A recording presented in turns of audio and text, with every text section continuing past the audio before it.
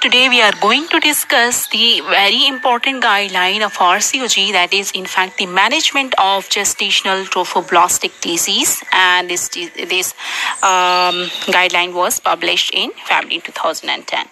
Okay, so the definition of gestation trophoblastic disease is very important. So it is written that gestation trophoblastic disease form a group of disorders spanning the condition of complete and partial molar pregnancy through to the malignant condition of invasive mole choriocarcinoma and very rare placental side trophoblastic tumor. So basically we have three conditions in the gestation trophoblastic disease: invasive mole choriocarcinoma and PSTT, which is placental side trophoblastic tumor. Now, what is gestational trophoblastic neoplasia? If there is any evidence of persistence of gestation trophoblastic disease, most commonly defined as persistent elevation of the beta HCG, the condition is referred to as gestational trophoblastic neoplasia. Okay, now purpose and scope is not very important. In the background and introduction, we have some important subdivision of this guideline. Okay, so subdivision: molar pregnancy can be subdivided into complete mole and partial mole based on the genetic and histological features. Okay, now let us discuss something about the complete mole. What is complete mole? Complete moles are diploid and androgenic in origin with no evidence of the fetal tissue. Okay, complete mole usually 70 to 75 to 80% arises as a consequence of duplication of the single sperm following the fertilization of an empty ovum. Some complete moles, 20 to 25%, can arise after dispermic fertilization of an empty ovum. Okay, so either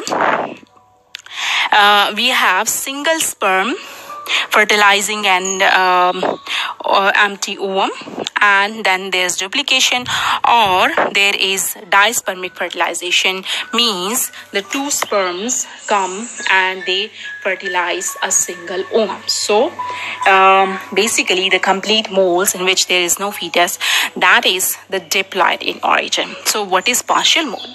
Partial mole usually 90%. Okay, 10% are 90% of the partial moles, these are triploid in origin, with two sets of the paternal haploid genes and one set of the maternal haploid genes. Now, partial mole occurs in almost all cases following dispermic fertilization of an ovum. Okay, and 10% of the partial moles are tetraploid. Okay, so 90% are triploid and 10% of them are tetraploid or mosaic conception. In a partial mole, there is evidence of a fetus or fetal red blood cells. Okay, now coming to the incidence. What is the incidence of the molar pregnancy? Gestational trophoblastic disease, hydatidiform mole, invasive mole, choriocarcinoma, placental side trophoblastic tumor is a rare event in the UK with a calculated incidence of 1 in 714 live births. Okay, now the ethnic variations are there. There is evidence of the ethnic variations in the incidence of gestational trophoblastic disease in the UK, with the women from Asia having higher incidence compared with the non-Asian. Okay, 1 in 387 in Asia. Okay, compared with the 1 in 752 non-Asian. However, these figures may underrepresent the true incidence of the disease because of problem with reporting, particularly in regard to the partial mole. Okay, so it underrepresents the true incidence. Okay, now after what type of pregnancy can GTN develop? GTN may develop after molar pregnancy, a non-molar pregnancy, or a live birth. The incidence of a live birth is estimated as 1 in 50,000. Because of the rarity of the problem, an average consultant obstetrician and gynecologist may deal with only one new case of the molar pregnancy every second year. Now, what are the impressive results of GTD? In UK, there exists an effective registration and pre-treatment program. The program has achieved impressive results. Okay, what are the impressive results? High cure rate of 98 to 100% and low chemotherapy rate, which is 5 to 8%. Okay, now identification assessment of evidence is not much important. How do molar pregnancy presents to clinician? That is important. Then clinician needs to be aware of the symptoms and signs of the molar pregnancy, and the classic features of the molar pregnancy are, first of all, the irregular vaginal bleeding, secondly hyperemesis, thirdly excessive uterine bleeding, and the failed pregnancy. Clinician should check a urine pregnancy test in a woman presenting with the said symptoms. Now, how are molar pregnancies diagnosed? Ultrasound examination is helpful in making pre-evacuation diagnosis, but the definitive diagnosis is made by histological examination of the product of conception. Okay, so that is very important. Okay, now coming to the evacuation of the molar pregnancy. What is the best method of evacuation of the molar pregnancy? Okay, about this is written that suction curettage is the method of choice for evacuation of the complete molar pregnancy. And suction curettage is the method of choice for evacuation of the partial molar pregnancies as well, except when the size of the fetal part deters the use of the suction curettage, and then medical evacuation can be used. Okay, another important thing is that a urinary pregnancy should be performed 3 weeks after medical management of the failed pregnancy if product of conceptions are not sent for histological examination. And anti-D prophylaxis is required following the evacuation of the molar pregnancy. Okay, now another thing is that, is it safe to prepare cervix prior to the evacuation? Okay, about this it's written that the preparation of the cervix immediately prior to evacuation is safe, yes. Now, can oxytocic Infian be used during surgical evacuation? Excessive vaginal bleeding can be associated with a molar pregnancy, and a senior surgeon directly supervising surgical evacuation is advised. Okay, is oxytocin Infian recommended prior to the complete molar pregnancy evacuation? Okay, the use of the oxytocic Infian prior to the completion of the evacuation is not recommended. Okay, prior to completion of evacuation is not recommended. Okay, so prior to completion we should not use the oxytocin. Okay, now in what condition would you permit oxytocic Infian? That is important. In women, if a woman is experiencing significant hemorrhage prior to evacuation, the surgical evacuation should be expedited and the need for oxytocic Infian weighted up against the risk of the tumor embolization. Now, histological examination of the product of conception in the diagnosis of GTD. Okay, we have to discuss this thing. Should the product of conception from all the miscarriages be examined histologically? Okay, about this it's written that histological assessment of material obtained from the medical or surgical management of all pregnancies is recommended to exclude the trophoblastic neoplasia. So yes, we have to do the histological examination of product of conception. Okay, and in the same point 8 number 1, something is written before point 8.2, that is, which test help to distinguish partial from complete mole? About this it's written that Pleiades status and immune histochemistry staining of P57 may help in distinguishing partial from complete mole. Okay, now should the product of the conception be sent for examination after surgical termination of pregnancy? Okay, about this it's written that there is no need to routinely send the product of conception for histological examination following the therapeutic termination of the pregnancy, provided that the fetal parts have been identified on ultrasound, prior ultrasound examination. Okay, so there is no indication to send the product of conception from a terminated viable pregnancy routinely for histological examination. And in the same part we have some important figure that is written that the risk of GTN developing after confirmed therapeutic termination the rate is estimated to be about 1 in 20,000. Now coming to point 9. How should persisting gynecological symptoms after evacuation of the molar pregnancies be managed? Okay, woman presents with the persistent of symptom. How can we manage her? Consultation with the relevant trophoblastic screening center is recommended prior to the second evacuation. Okay, now which women should be investigated for the persistent GTN following a non-molar pregnancy? Okay, sometimes we have patients is having non-molar pregnancy, so which woman should be investigated indicated for the gestational trophoblastic neoplasia, or in other words, which women are at high risk of developing GTN. Okay, any woman who develops persistent vaginal bleeding after pregnancy even is at risk of having GTN, in spite of the fact that we are not sure whether it is molar or non-molar. But if she is having persistent bleeding after the pregnancy termination, then we should consider them as a high risk for developing GTN. Okay, so what we should do in that case? First of all, a urine pregnancy test should be performed in all cases of persistent or irregular vaginal bleeding after a pregnancy events. Okay, and symptoms from metastatic disease such as dyspnea or abnormal neurology can occur very rarely.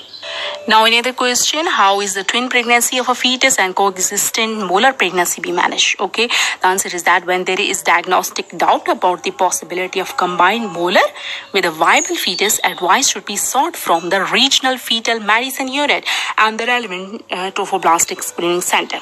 Now, what counseling should be done regarding the viable pregnancy?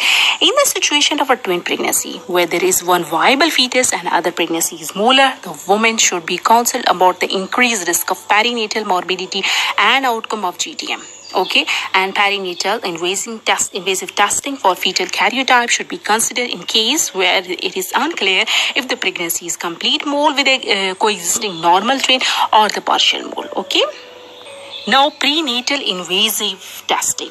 Okay, when should we offer prenatal invasive testing? It should be offered in case of abnormal placenta, such as suspected mesenchymal hyperplasia of the placenta. In that case, it's very important to consider prenatal invasive testing. Now, another question: which woman should be registered at GTD screening center? All women diagnosed with the GTD should be provided with the written information about the condition and need for referral for follow-up to the gestational trophoblastic screening centers should be explained. Registration of the woman with GTD represents a minimum standard of care. Now, women with these diagnoses should be registered, and these require follow-up as determined by the screening center. Complete mole, partial mole, twin pregnancy with a complete or partial mole, limited macroscopic or microscopic molar changes suggestive of the possible partial or early complete molar changes, choriocarcinoma, placental-sized trophoblastic tumor, and atypical placental-side nodule. So these patients should be registered, okay, and they should have a proper follow-up plan. Next, we have to discuss the important figure, that is about the cure rate. Okay, by proper effective registration, there is the high cure rate, 98 to 100% cure rate, and low chemotherapy rate, that is 5 to 8%. Now, something about what is the optimum follow-up following the diagnosis of GTD. Okay, follow-up after GTD is increasingly individualized. If the HCG has reverted to normal within 56 days, 56 days means 8 weeks of the pregnancy event, then the follow-up will be for 6 months from the date of uterine evacuation. Okay, the level has come to normal within the 8 weeks, so we have to follow up to 6 months from the date of evacuation. If the HCG has not reverted to normal within the 56 days of pregnancy event, then follow-up will be for 6 months from the normalization of the HCG level. Okay. Now, it's very important that at what time should we do the test to exclude the recurrence. All the women should notify the screening center at the end of the future pregnancy, whatever the outcome of the pregnancy. HCG level are measured 6 to 8 weeks after the end of the pregnancy to exclude the disease recurrence. Now, what is the optimum treatment for the GTN? Okay, women with a GTN may be treated either with a single agent or multi-agent chemotherapy for GTN. Treatment used is based on the FIGO scoring, 2000 FIGO scoring system for GTN following assessment of the treatment center. Okay, and about this, it's written that the need for chemotherapy following complete mole is 15% and 0.5% after partial molar pregnancy. And the development of postponement of GTN following chemotherapy occurs at the rate of 1 in 50,000 births. Okay, so in short words, I would like to say that if the FIGO score is less than 6, then the patient may need single agent chemotherapy. If it is more than 6, then multi-agent chemotherapies are needed. Okay, and now about this, it's a very important FIGO scoring system. We will discuss that, but let us discuss this point number 15, that when can a woman whose last pregnancy was complete or partial molar pregnancy try to conceive in the future, and what is the outcome of subsequent pregnancy? Now, women should be advised not to conceive until their follow-up is complete. And for how long should a patient should not conceive? The woman who has undergone chemotherapy are advised not to conceive for 1 year after completion of the treatment. This is very important exam question. Okay, and the risk of the further molar pregnancy is lower, that is 1 in 80. That is also very important exam question. So FIGO scoring. In the FIGO scoring system, the important things are age, antecedent pregnancy. Okay, first of all, we will discuss the points. 8 points are here. Age, antecedent pregnancy, both starts with A. Then interval from end of index pregnancy to treatment. Okay, and pre-treatment SCG, International Unit per Liter, largest tumor size including the uterus, site of metastasis, number of metastasis, previous failed chemotherapy. Okay, age, if less than 40 age, score 0. If more than 40 age, score 1. Antecedent pregnancy, mole 0, abortion 1, term 2. Term 2, T for 2 and T for term. Okay, mole 0, abortion 1, term 2. And interval from end of the index pregnancy to treatment, less than 4, 0, 4 to 7, 1, 7 to 13, 2, more than 13, 4. Okay, pre-treatment SCG, less than 10 raised to power 3, 0, 10 raised to power 3 to 10 raised to power 4, 1, 10 raised to power 4 to 10 raised to power 5, 2, more than 10 raised to power 5, 4. Okay, and the largest tumor size including the uterus, less than 3, 0, 3 to 5, 1, more than 5, 2. Okay, and site of metastasis, lung 0, spleen and kidney SK, spleen and kidney 1, gastrointestinal tract 2, LB, liver and brain, that is score 4. Number of metastasis, nothing for 0. Okay, then 1 to 4, number of metastasis 1, 5 to 8, 2, more than 8, 4. Okay, a previous failed chemotherapy, nothing for 0, nothing for 1, but single agent scored 2 and 2 or more than 4 score. Okay, so that is something about the FIGO scoring system. Okay, now what is the long-term outcome of a woman treated with the GTM? Okay, women who receive chemotherapy for GTN are likely to have earlier menopause. Women with a high-risk GTN who require multi-agent chemotherapy, which include etoposide, should be advised that they may be at increased risk of developing secondary cancer as well. So early menopause, secondary cancer, these are some of the complications. Okay, and how much menopause is advanced? The age of the menopause for women who receive single-agent chemotherapy is advanced by 1 year, and by 3 years if they receive the multi-agent chemotherapy. Now, what are the other risks associated with the GTN? Okay, other risks include acute myeloid leukemia, colon cancer, melanoma, and breast cancer. Now, what is safe contraception following diagnosis of GTD, and when should it be commenced? Okay, women with GTD should be advised to use the barrier method for contraception until HCG reverts to its normal level. Now, when can OCPs be used? Okay, once the HCG level have normalized, the combined oral contraceptive pills may be used, and there is no evidence as to whether single agent progestogens have any effect. Now, what to do if OCP is started before the diagnosis is made? If oral contraceptives have been started before the diagnosis of the GTD is made, the woman can be advised to remain on oral contraceptive, but she should be advised that there is a potential but low increased risk of the developing GTN. And can IUCD be used? IUCD should not be used until HCGs are normal to reduce the risk of uterine perforation. Now, is hormonal replacement therapy safe for women to use of the GTD? About this, it's written that HRT may be used safely once HCG level have returned to normal. So these are some of the important points of GTD guideline. Thank you so much for your patience.